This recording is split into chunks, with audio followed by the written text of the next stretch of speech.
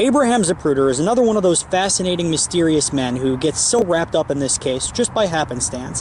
He was born in 1905 in what is now eastern Ukraine, at the time the Russian Empire, and his father saw the writing on the wall for Jews in Eastern Europe, and in 1909 he decided to move to New York. A few years later, Zapruder and the rest of the family would follow. 9 years later, in 1918, Abraham and the rest of his family left Kovel for Warsaw, and at some point during this short journey, Polish military guards, who were now occupying the region, pulled his brother out of the main cabin and executed him on the side of the tracks. At the time, Polish forces were executing Ukrainian civilians in an effort to pacify the region. Years later, Nazis would occupy the area and arm Ukrainians, many of which had a grudge against the Poles who had killed their brothers and made them watch, as was the case with Abraham Zapruder.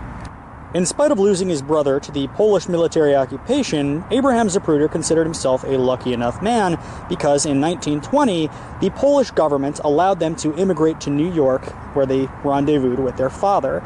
And it was in New York that Abraham Zapruder attained the 33rd degree of Scottish Rite Freemasonry, another fact that comes up quite a bit in this case.